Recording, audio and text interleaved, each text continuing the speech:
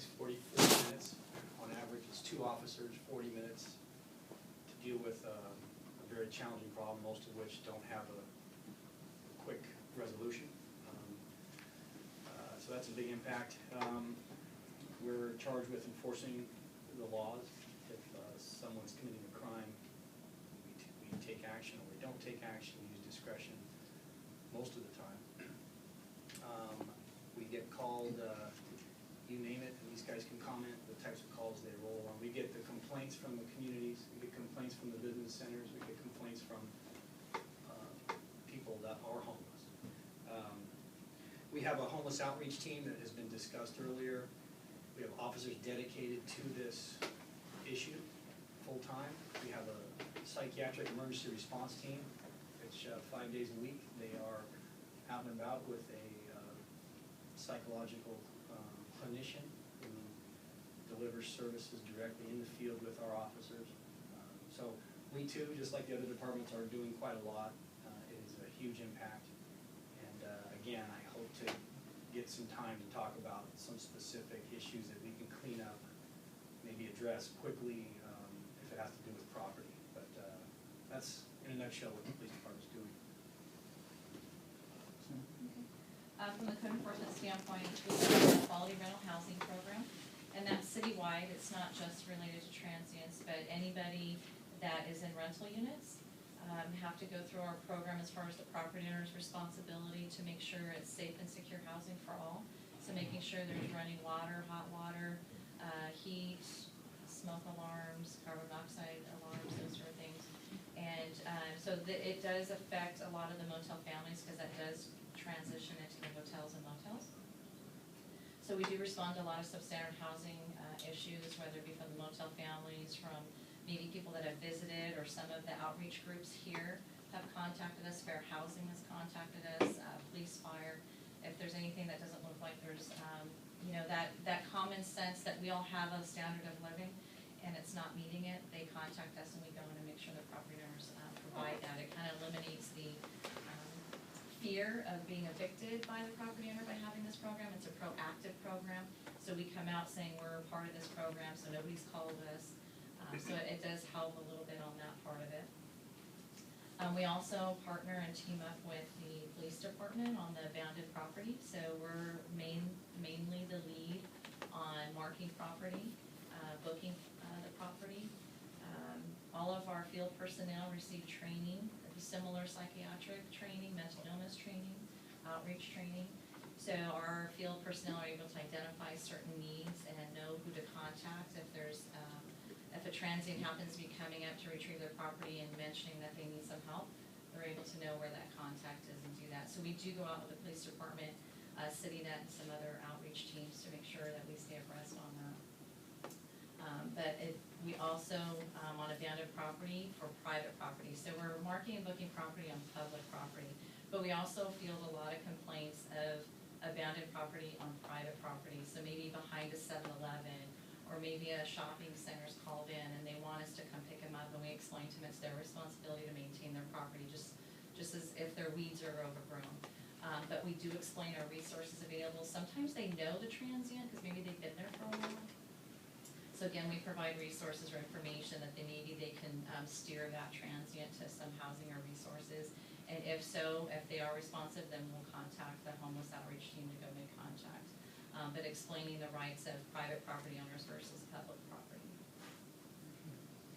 When we first got into this, yes, ma'am. John, do you need to talk about the check-in I summary? was Or do you want to do that? Well, not necessarily. I'll have you do it, but I wanted to segue on how we got there. I talked earlier about best practices, and what we did was we sent, you know, we talked to people all over the country. We sent a team of folks. I think Grace was part of a group that went to Albuquerque. Has been very successful in a number of areas there. Of course, their average rent is what, $500 a month, and ours is about $18, which makes it a little more challenging. I immersed myself in the subject for a significant amount of time before all of these efforts kicked off. Spent a lot of time at La Palma Park talking to a lot of folks, and I discovered, for those of you who've heard of a couple of workshops I've done on this subject for the council, we found that personal property was a huge issue for our homeless residents.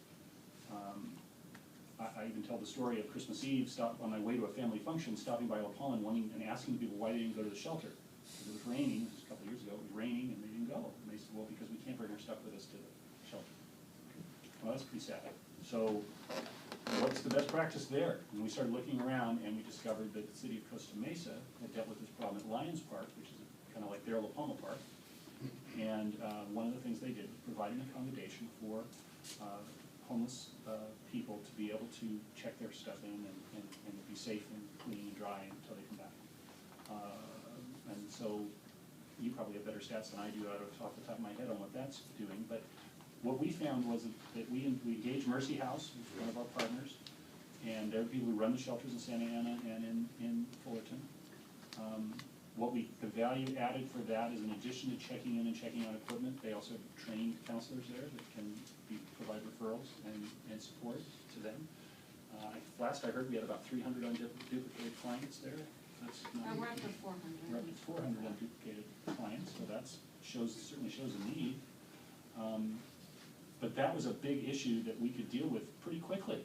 And it also opened the door for now someone who has appropriate training to be able to reach out to these people and offer them assistance and build trust to the point where they feel where they can bring those services to bear. The other thing we discovered while we were doing that were the number of people who were providing food in the park, and that was pretty surprising. Over 30 different organizations providing food just at the Palma, which was great. Didn't do one thing about keeping anybody off the street. You just kept them on the street for another day, which is great. But my friends there tell me that they were throwing food away because there was so much of it, and they were asking for more trash cans because they knew there were places to put the food that they were throwing away. It seemed to me like that maybe that was the next thing we could study as far as best practices. That led us to CityNet.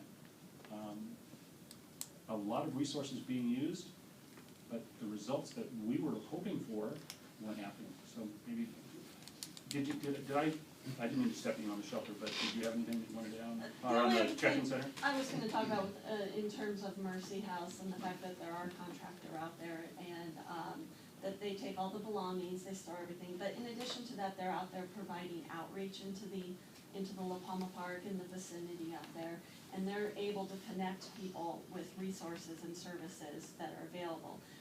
They coordinate food serving, so they're, instead of having 10 groups coming to feed on Monday, they try and coordinate everybody together and have a plan. So we have Monday, these are the groups that come out Tuesday. So it's a little more even and coordinated effort there. The last thing, the one thing that they do also do is weekend projects. They'll have a large outreach. We have one coming up on February 7th, where they're going to have showers of blessings come out. And they are like an RV that's outfitted with showers, so the homeless can come and take some showers. They're attempting to get a medical van that would be out there to provide some medical services as well as the food. So in addition to the daily programming and services that they provide, they try and also do these monthly activities with some of the rest. Can I also add the SoCal Day of Hope that we've been working with, a nonprofit group that's going to come in on April 18th at La Palma Park and provide a resource fair for Anaheim families, particularly those that are in the area of La Palma Park, that will have, again, food, shelter. They're actually planning on being able to give them resources to find where they can actually stay. They were talking about tents and stuff, what have you, but again, that's one of the things that they were looking at. But then also services, counseling services, mental health, on the spot that day on the 18th, and so that group also will be targeting La Palma Park and the residents in that area. Can I say something to that? Regarding all this stuff, I found working with them, we do the food, and we do, like you said, spiritual prayer and all that stuff, but the most important thing that I've seen is if we start getting them plugged in, but we don't know where those plugs are. Right. We know that they exist, we've heard about them, but I know that one gentleman had a sheet that kind of showed where all the food was being served, but if we could put together something, or if there's something that exists that we can get, that people know where all this stuff exists, if we start getting plugged in, because Mercy House is great, because that's where we do our food ministry. and there's people there, and then we just say, okay, this person needs a bus pass, and bam, the lady's right on it, they're getting the bus pass, they're on the way, oh, they need this, we get in there, they need a cell phone, they're doing that, and if we just lead them to where most of the time they drink, like they say, they need it or for water, but Right. they don't always, but if we can start finding out where the plug-ins are, it's a success That's a rate. wonderful segue into our collaborative, Right. because A person who's homeless has one directive, and that's to right. resolve the homeless issue Yeah. and get into a home behind a locked door. And in a sense, begin that healing. I've spent over 2 years living in my car, and that's a very scary place to be. I'm sure. Matter of fact, Mayor Giuliani with Central Park, and with the work that I did too, I followed with the community court in Santa Ana. They used to handle 100 or 200 cases a year, I believe, and now they're up to over 1,000. So, and I've sat in on the meetings, there are those feel-good AA meetings where somebody stands up and says, you know, I was gonna go to jail for years, and it was all over. But the community court gave them housing, gave them a job, gave them a second chance. And now these people are standing up saying, I'm here with my wife, my family, I have a home, and that life has been, that life has been returned to the community. Yeah. Which is, You're aware that we have the same thing in Anaheim, right? We have a community court for homeless court in okay, Anaheim. We have- well, I didn't realize there was one specifically, and I followed the one, I've gone down into, Yeah. Judge Lindley, I think she's retired recently. I didn't realize there was one I specifically. think it's in at, First Christian? Harbor and South. Oh, my attorney's handled, he's talked about cases that he's Yeah. handled there. And it's been very successful, but we, in that area as well. So what we Oh, found, please, thank you, that's very. what we found in looking around, the community, we started engaging these barriers to getting off the street. And again, it's great to feed somebody, it's wonderful, and it makes you feel good, and it sets a great example for others, just if you're teaching young people to have charity be part of their life. I think that's critically important. But we were very concerned that a lot of really good people were spending a lot of resources and not really getting close to solving the problem. And so once again, looking at best practices, we found CityNet.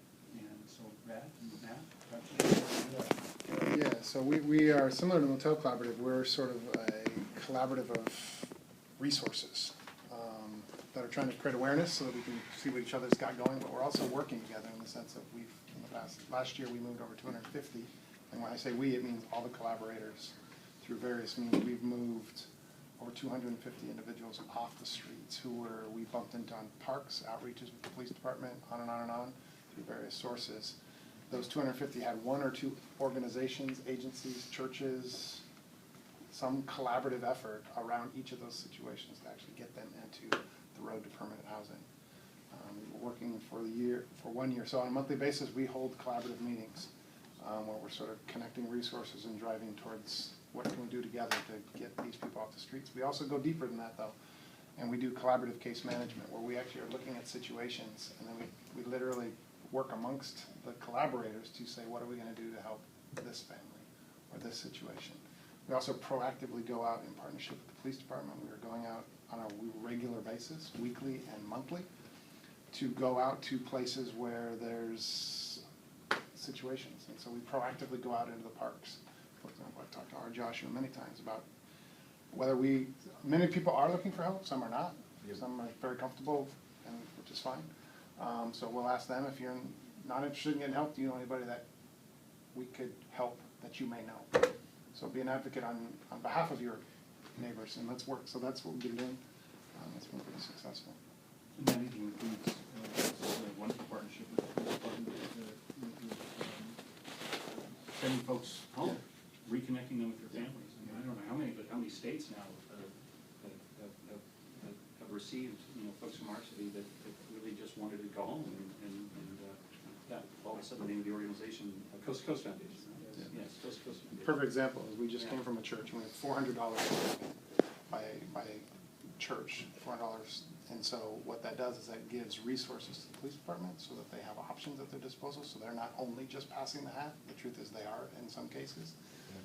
But this gives them resource, so a congregation would entrust, so that 3 o'clock in the morning, when they're not gonna get the phone call, the the police department is out on the streets, they have resources at their disposal, right there to access and do whatever they need to do to help those that they come in contact And, with, so. you know, a lot of times people just see the police as the ones out there enforcing the law, and oftentimes put in a position where some view us as the bad guys, but some of my officers, you know, looking for the homeless outreach team and some of our liaisons, I can tell you that they, in the middle of the night, are going with the homeless individual, getting them in a hotel room, they're making that connection, they're finding a suitable relative or somebody out of state or wherever, and they're driving them to the bus station, coming in early the next day, they've driven them to the airport to make sure they got on the plane, okay?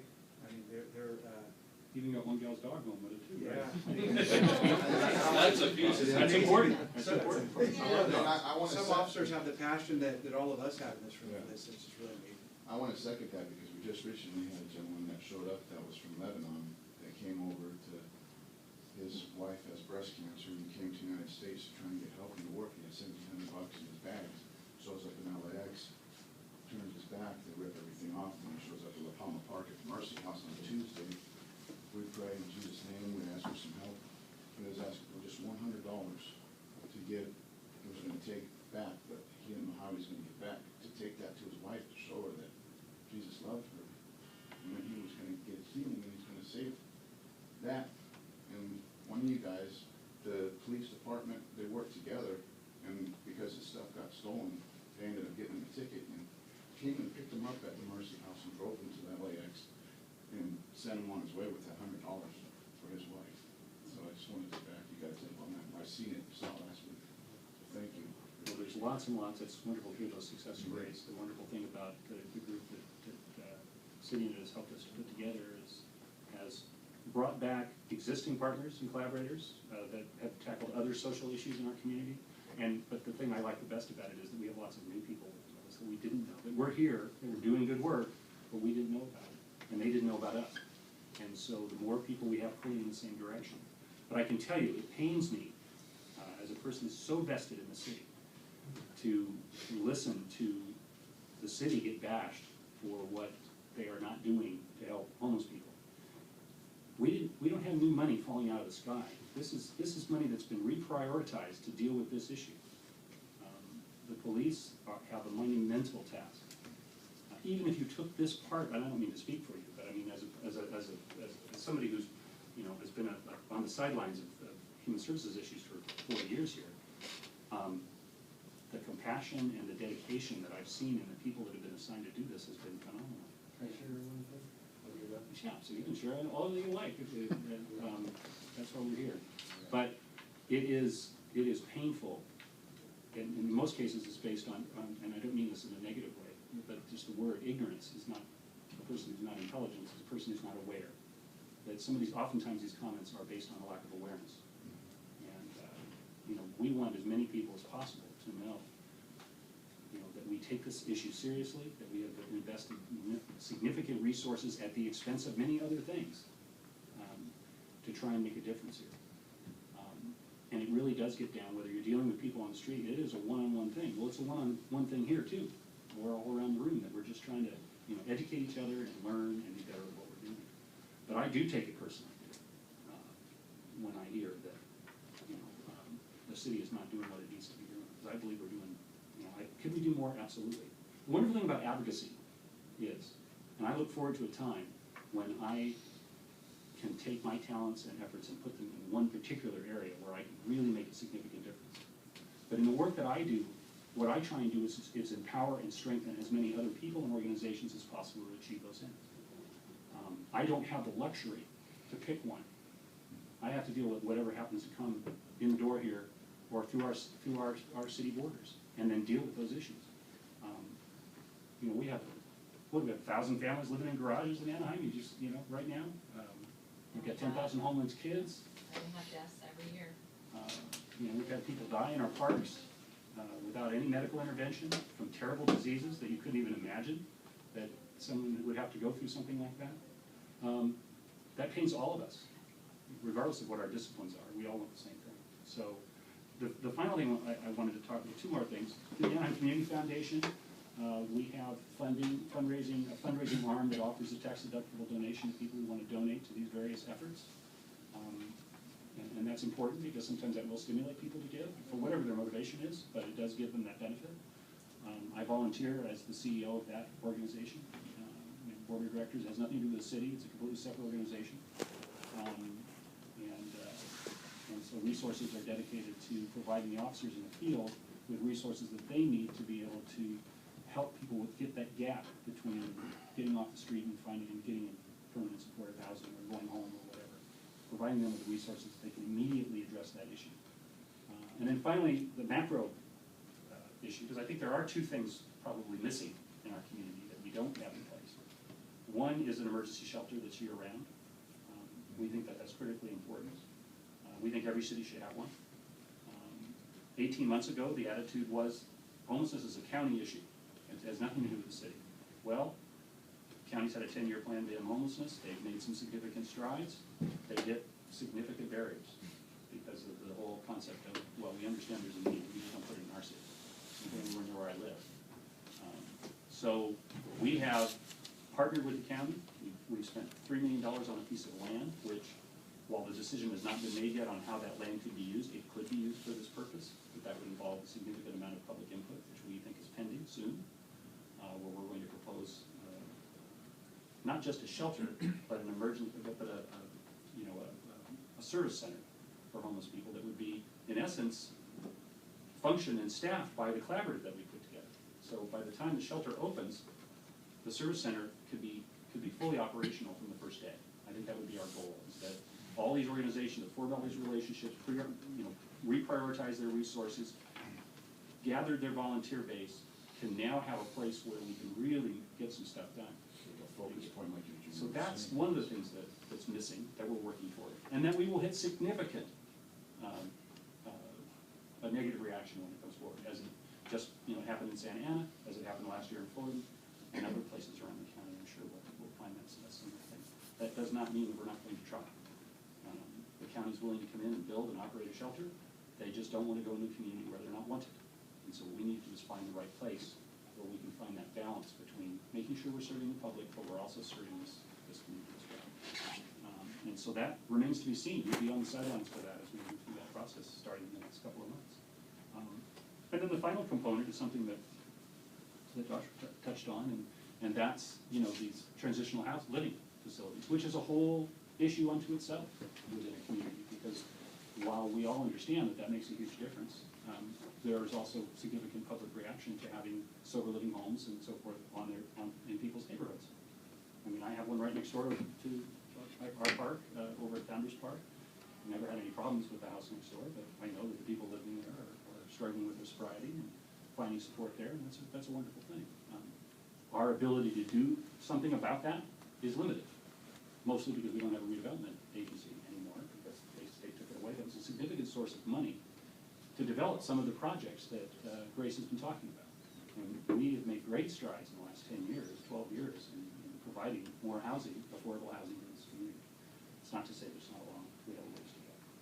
So what you have in essence is an overview, I think now, if we're complete, of everything that we're doing to try and help this population. I would stack that up against any city in Southern California as far as what we're doing. Could we do more?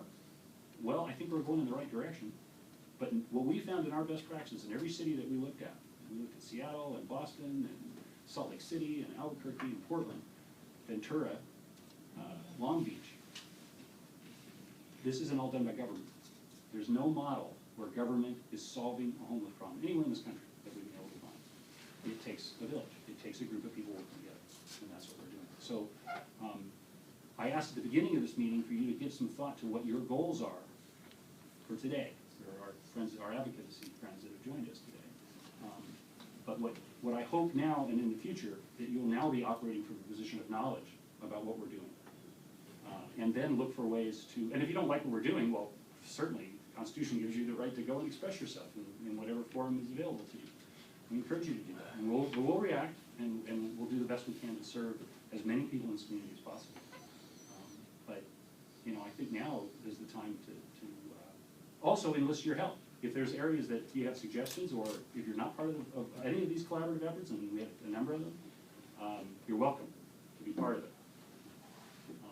And so now, you asked to speak, and I'd like to turn it over to you guys, and what are the issues that, now that you know what we're doing, have at us. Sure, okay.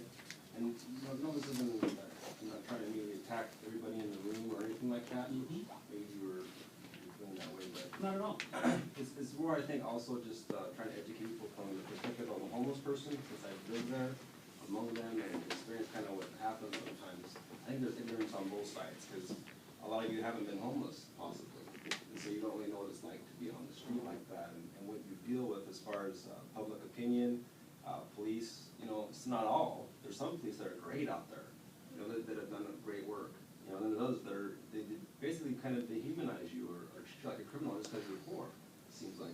One time, what's that? Yeah. Yeah, and I was actually in front of the library one time, maybe like 4:30 in the morning, and, you know, the officer actually, because I filed a report about, complaint about this, and the officer actually said he was gonna, you know, talk to that officer about what they did, but I was frisked, I was asked a bunch of questions and treated like I just robbed a bank or was a suspect of some crime, and I'm just, and the park opens at 5 a.m. So I'm sitting there in front of the library, you know, it's cold out, I'm just sitting there waiting for the park to open, not trying not to break any laws or anything.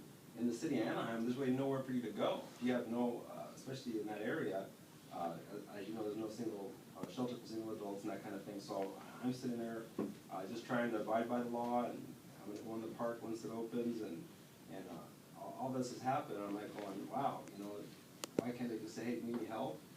Or, you know, I mean, I'm not breaking any laws. No one called the police on me.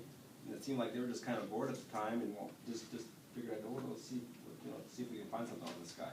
And I wasn't doing anything wrong. You know what I mean?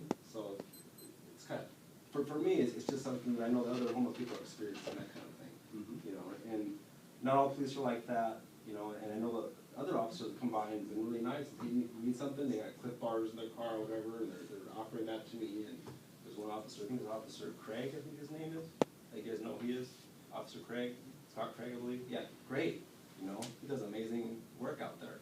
Love that guy. You know, and some of you too. You know, it's not like the kind of pointing a finger at every officer.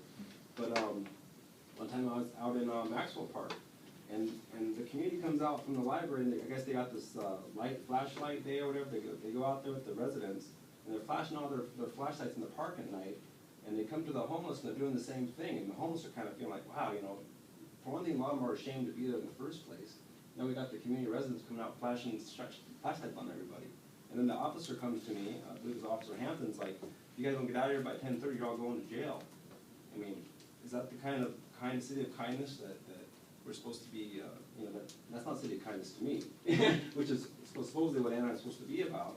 And so me and Hampton had quite a talk about that, and I just was like, what if, we all know the law here, you don't have to be, you know, coming at us like that. And another time I was in the park, an officer rolled up and said, and I had this on video, you know, comes up and says to the homeless people, hey, you guys, you know what, she was actually asking what time it was, and to the officer in a polite way, and the officer was like, it's time for you to leave. It's like 7 p.m. in the park, you know, where are they supposed to go? You know what I mean? And they have a right to be there. So, and these are just certain officers, and it's not like all of them are like that, but I'm just saying that there's I think part of it is possibly a dehumanizing of some of the homeless. Sometimes I think sometimes some of the officers like, well, they're all the same, they're all drug addicts, they're all this, we gotta hammer them, we gotta get them out of here.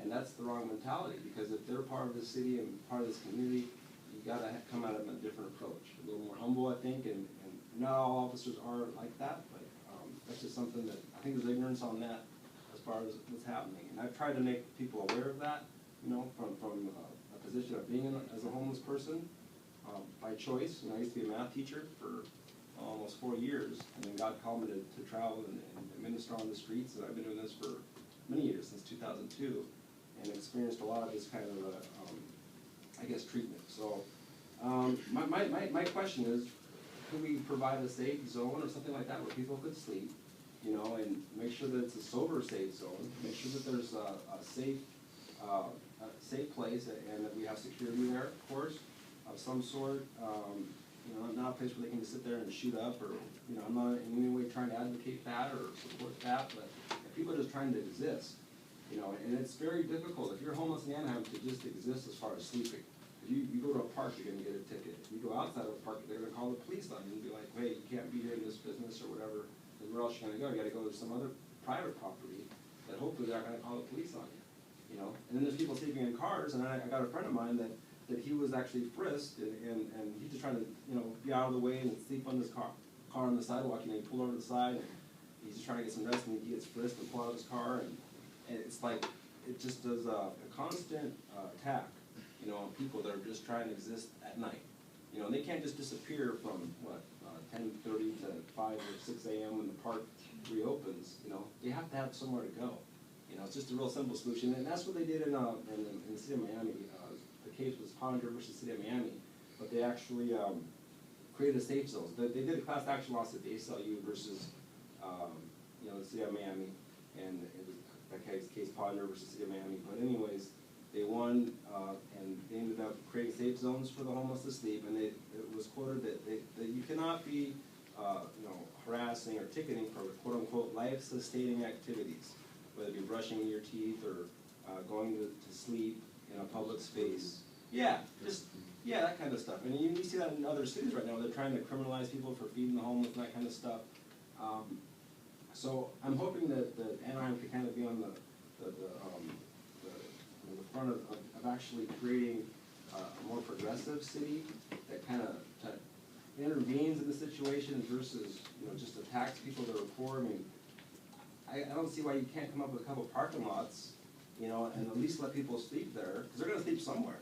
You know, bottom line, they're gonna have to sleep somewhere, and they're gonna sleep somewhere. They're either gonna sleep in the park, or they're gonna sleep at a business. Just give them somewhere to go, an option. And that's why I used to tell police, they'd come on me, and I'd be sleeping somewhere, well, where can I go? One officer did a great job. You know what she did? She took all my stuff, put it in the car, and drove me all the way to Buena Park, where the church that lets you sleep, you know, outside their church. You know, I said, wow, that was cool for her to do that. She didn't just, you know, too bad, just go somewhere. She actually tried to solve the problem, you know, and that was really cool. And, you know, some people need help like that. Another officer, I was actually in a private area because we can't sleep in the park, so we're sleeping outside in the private area. And he says, well, I asked him, can we sleep in the park? I mean, he's like, yeah, go ahead.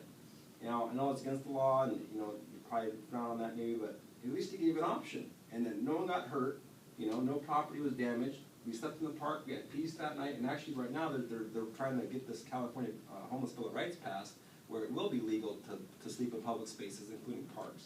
So, I mean, that's progressive to me, and it kind of helps to solve some of the issues, and it would relieve the police of having to deal with some of the silly stuff, like, you know, going to people that are sleeping outside, you know?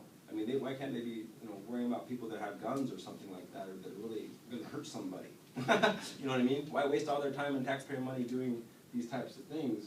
And I think that maybe a little tweaking some of the laws might help to bring a relief to the police and what they have to do. And maybe not all the residents will be happy with the changes, but you're gonna have to pay either way. You either have to pay with taxpayer money through, you know, having the police do all this stuff, through hospital visits, because, you know, people are getting sick out there and they can't stay healthy because they're getting shoved around everywhere and losing all their stuff all the time.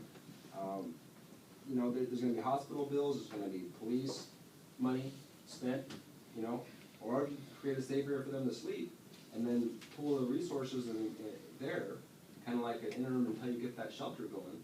Because right now, you know, there's no shelter, so I mean, I really am encouraging something to be created in the interim until that shelter arrives. And that would help, I think would help some of this 5,000 calls per month. If Exactly. the calls could be, then the area could be focused in one area. Yeah. You know, so you guys aren't running around all over our nations answering all these calls on, you know, that pop up because they have nowhere to go.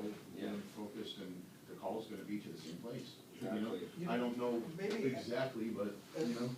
When I checked around, the holidays was really cold, or about 3 weeks ago. The Armory in Fullerton, as far as I know, hasn't ran out of bed space. Maybe someone correct me if I'm wrong. At night, I don't think they've ever, that I know of yet, turned people away because they've been overbooked, so.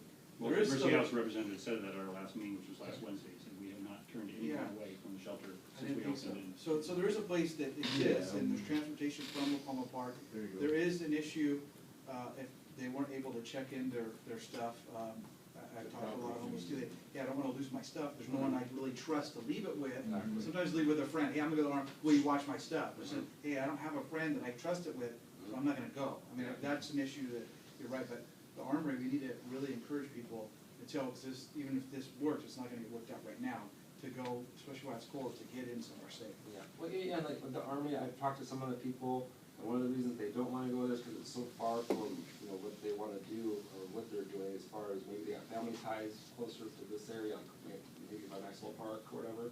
They don't wanna, like, lose their things, also they're worried about that, as far as going back and forth. We're shooting to another city, we're talking about Anaheim. Yeah. It's Anaheim. Yeah, but the bus brings it back real Yeah. early in the morning though, it is And early in the morning. that's not an issue. supporting that shelter for Right. a couple of decades. This isn't The anything Mercy new. House, It's the just Mercy needs House to be around. representatives are here? Someone from there, or anybody from Mercy House? No, Or you are? Mercy House isn't here today. Okay. But it's safe, it's Yeah, safe, because the and it's Mercy a safe House, place, and yeah. it's warm, and, you know, you could get something to eat, and it's, Yeah. there may be a little bit of inconvenience, but it's a safe place. Yeah, the problem is transportation. A lot of them don't have bus passes. It'd be great if there was a bus that would take people from Maxwell Park there, you know, because, you know, a lot of them don't have bus passes to go all the way there and back and all that. And that's the other thing, like you said, yeah, it's, everything is harder when you're on the streets. Yeah. I mean, just to get one thing done, even if you have It's to go to it's a city to do full-time, it. being homeless is a full-time job. Just Yeah. trying to Like do looking for a anything job that is a normally full-time people would, job, just to yeah. brush your teeth is Yeah, ridiculous, just to try and Yeah. find a place to spit your, yeah. the white, you know, Mhm. everything's harder. Yeah, and one suggestion I had too is if we could get a bus shuttle for them to get showers at the Salvation Army, because I know that the Salvation Army provides showers, but how they gonna get down there, especially from Maxwell Park, or Trial Reed, let's say, you know, and that's another issue. One of the main issues as far as, you have this resources in various areas, or maybe even outside the city, but do they have transportation there, and is it very efficient? And a lot of times they don't have a bus pass, or there's no shuttle bus, unless you're right there next to it, like whether it be a Hall Park or. And even a bus pass, when you got a shopping cart full of stuff. you Yeah, got a yeah, that shopping too, cart yeah. full of Bus pass, I mean. Yeah, it's really, dumb. Well, here, look, we're working with a couple other units in our police department to come up with a homeless incentive reward program, okay? So, I don't know what it's gonna look like, but the gist is, we catch you doing something good, we catch you wearing your safety equipment while you're riding your bike, we catch you crossing the street using a crosswalk and not jaywalking, we catch you in a park not drinking and not using drugs. Thank you. And I punch your card after 5, 6 punches or stickers or whatever we come up with. Here's a bus pass, here's a food card, That's and great. here's a pair of socks, here's some clothes. Mhm. We're working on doing that, but at the same time, I need some cooperation. So I need you to abide by the laws and not be in the parks at night, because these are the reasons that the folks call us. Okay, we don't just go out there and look for people. I got a lot better things to do than write an infraction ticket at 2:30 in the morning at a park. So we're complaint driven, we're out there because the community is asking us to be out there. Okay? So we're devising an incentive program to do just that. You behave, you abide by the laws, so I don't have to be called out there, you're rewarded. We're working on that. That's coming up with Coast to Coast here shortly. So And you we are might see also, that. and we're also actively working toward trying to get that year-round shelter. These things, I mean, government wheels generally grind pretty slowly anyway. These guys down here work with a lot of different government agencies. Do we move pretty quickly in Anaheim, based on your experience with other cities? Shockingly. Yeah, very Yeah, fast. yeah, I'm proud of that, Yeah. you know, I mean, because we're serious about engaging this issue. I guess my issue, it's great that incentive program is happening, I think it's awesome, but the thing is, if someone is moving on the streets and they don't have, I guess, a history to get those punches, and they don't have a bus pass, they're still gonna be having to sleep somewhere. Joshua, we're out there every week, one night, every week, with Coast to Coast and CityNet doing outreach. We only have a 3-hour block of time, so we try to hit the populations where we have they're most concentrated. And I love that reward approach, because one of the biggest complaints I get from officers is, well, my job is to write tickets. My job is to do this.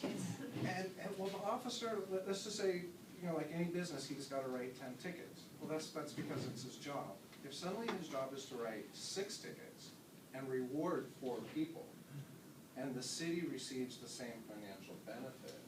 I don't think it's really about financial. No, think but I it's mean, really- just we as a, don't get- as a business line, and I apologize for bringing that up, because that's not the ideal here, we're not talking dollars and cents here. The city has made concessions beyond belief that have been described just on this table and that I've seen in the news and I see every day when I walk on the streets. But what you're trying to say is the paradigm shifts a little bit from what their job responsibility is. Instead of doing this, they're doing something that's a little more helpful, which would encourage the whole growth of this whole. So Pastor Scott brings up a good point, because, mind you, our homeless outreach team, it's not really a team, it's a duo. We have one sergeant and one officer. Now, we do have a homeless liaison officer training program that, we do have 7 patrol officers that voluntarily participate in the homeless liaison program. They get nothing out of it. There's no raise, there's no hazard pay, there's no incentive, no extra day off.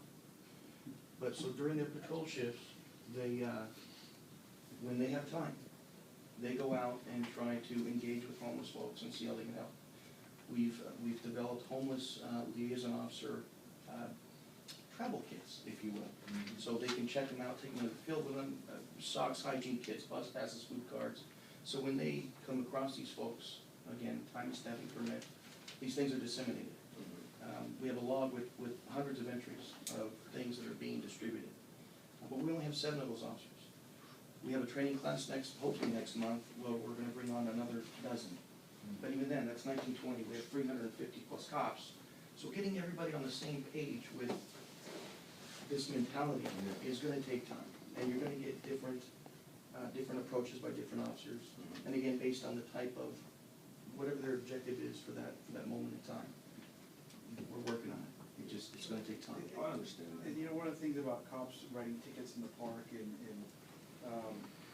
contacting people late at night and stuff like that, a lot of that, contacting like your instance at 4 in the morning, I always encourage the officers, no matter who they're dealing with, to be professional, polite, and I always encourage them to explain after they're done. But I'd expect an officer to contact somebody at 3 in the morning that's sitting by a closed business or a closed library, like, hey, it's closed, what are you doing? You know what I mean, like, what's going on?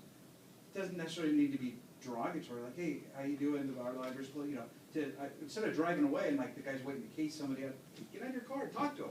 You know, so we encourage that. But in regards to writing tickets and stuff at the park, I just share this with you real quick because this is one I just got yesterday. But besides people just calling the police, residents write letters to the chief, to the mayor, to the council, complaining about the homeless issue. And this was one I just got yesterday, to the mayor, and it was made its way to me. The whole neighborhood, and it's desperate plea for help, and there's a whole lot like this. The whole neighborhood facing, my name is, whatever, I live here. The whole neighborhood is facing the Twilery Park. I'm writing you a desperate plea for help, the homeless situation I've been having to deal with for 2 years. Lately, it's gotten really bad. There are homeless and transients sleeping inside vans and SUVs and under trees, laying out their belongings next to the sidewalk across the street from my house. Every morning, I open my garage door, sending my child to school. Twilery is is the park across the street. We would see homeless people urinate next to the sidewalk right in front of my children. If this is your neighborhood, right in front of your house, what would you do? I call the police every day, and they couldn't do anything about it. Please come visit the park and witness it for yourself. We, the people living in the neighborhood, need your help. Please help. You know, so, and this one's pretty mellow, but people are also, when the officers are going to the park at night to write a ticket, they're responding a lot of times to these things they get. You know, it's not necessarily like, hey, I got nothing to do, so I'm gonna go write a homeless person a ticket. It's far more complex than that. Yeah, and the thing is, that, again, part of the homeless bill of rights is that they would have access to bathrooms 24/7. And that's a lot of times why you see people out there pooping or peeing or, you know, and not that I say that, you know, some of the things that the homeless do, of course, I'm not an advocate for. You know, a lot of them are out there addicted to stuff. You know, I'm not here to say, well, we should allow that. You know, let them get drunk out there, let them get high out there and shoot up and all that, or, you know, I'm not upset when police go out there and they bust people for having alcohol out there or drugs, and that's what you're supposed to do, in my opinion. But when it comes to the financial issue, I just can't afford somewhere to live, so I gotta sleep somewhere. And of course, if they're gonna look for somewhere to go, and a park is one place they can go, at least during the daytime. And if they're tired, they're gonna try and get some sleep. Should we be criminalizing people for just trying to sleep? And the neighbors might say, well, gee, look at these poor people out here trying to sleep, you know, but it seems to me that maybe they could, try and maybe put themselves in their shoes a little bit, because that could be them, you know, in a week or so. They could lose their job and be on the street too. And how would you wanna be treated if you all of a sudden didn't have enough money, you just lost whatever, you know, and you're sitting there trying to find rest, and you're like, you know, I just want to lay down right now, and then boom, cops are there. You know what I mean? But again, keep in mind, as I said earlier, A lot of these are. we do not have the luxury of being able to ignore the law, and to ignore our residents. We cannot just say, hey, that could be you, because I get it, I understand where you're coming from. But, you know, the things that I see when I'm out in the public, when I'm talking to community meetings, and I'm hearing the voices of these people, you know, who have every right to be, you know, she's sending her little girl to school, and I got that same message, sending her girl to school that morning. There's two sets of restrooms at Reed Park. They're all open, Yep. clean and stocked by that time every day. Oh. There's absolutely no reason why anybody has to take a leak or a dump. I'm not justifying that. And I know you're not, but what I'm saying is it's difficult when you're talking to these parents to get them to understand that, just like we're trying to tell you, that it takes time to affect change. We believe that getting people indoors is the solution. That's the model, and that's where we're putting our efforts. That's the nationwide And I model, think it's important to understand, sometimes ticketing actually helps them get off the street. Because we run into a lot of them that have social security checks, and they go drink it up, or they booze it up, or they get their drugs. And so they are absolutely choosing to violate the law. And so by ticketing, we've witnessed in our outreach program, someone come up and go, I'm tired of getting tickets, I will go home to my brother. And so it's educating, and we are putting ourselves and getting to know a lot of them just through the weekly outreach, where we know this is Joe, and we know Joe has social security checks that he gets, and we know Joe's addicted to this drug, and we know Joe likes to go this place, this place, this place. And so as we build that trust and relationship with them, we start letting them know, these are your choices, this is what your alternatives are, and when they choose the wrong one, there's a consequence for it. So a lot of times ticketing actually helps them get off the street. Especially if they're going to the homeless court. So even Yeah, though the some people community may court in be, Santa even though some Barbara- people may be complaining about the ticketing, it does have an influence on what their decisions are gonna be. Because you have transients that don't wanna be homeless and need help and want help. You have a big pool of transients that need help and don't know it yet and aren't sure if they want it because they don't trust you, and that's our biggest pool. And then you have that small pool where they don't care about anybody, they don't care about respecting anybody, they don't care about the neighborhood, and those are where we get a lot of the complaints. And so our biggest time is spent in that big pool of trying to trust and build relationships with some of these people that we know there's an alternative for them, they're just not seeing it yet. So tickets do help, I've seen it in action. I mean, sometimes the system does, I'll give you examples of other ways that works. People with, you know, severe mental illness. My mother had undiagnosed Alzheimer's. I could not force her to go to a doctor and be checked. She had to go of her own volition. I can't force her to do something. She abused her husband horribly because of this disease. I called in a domestic violence complaint. The police came. The city that she lives in has a PACE program. They brought a mental health clinician with her, did a quick workup on her, knew exactly what the problem was. They didn't take her to jail. They took her to the hospital, and now she's doing much better. But you know, the reality is, without the system, I could not get her into the system to get treatment. It's like when you have a shelter that has beds, but you have to be sober before you can sleep in the bed. That makes me crazy, because I know people that have tried to be sober, and it's really hard, you know. And so it's kind of a chicken or the egg type of thing. But really, sometimes the system is the thing that makes a difference, and you have to draw the line someplace.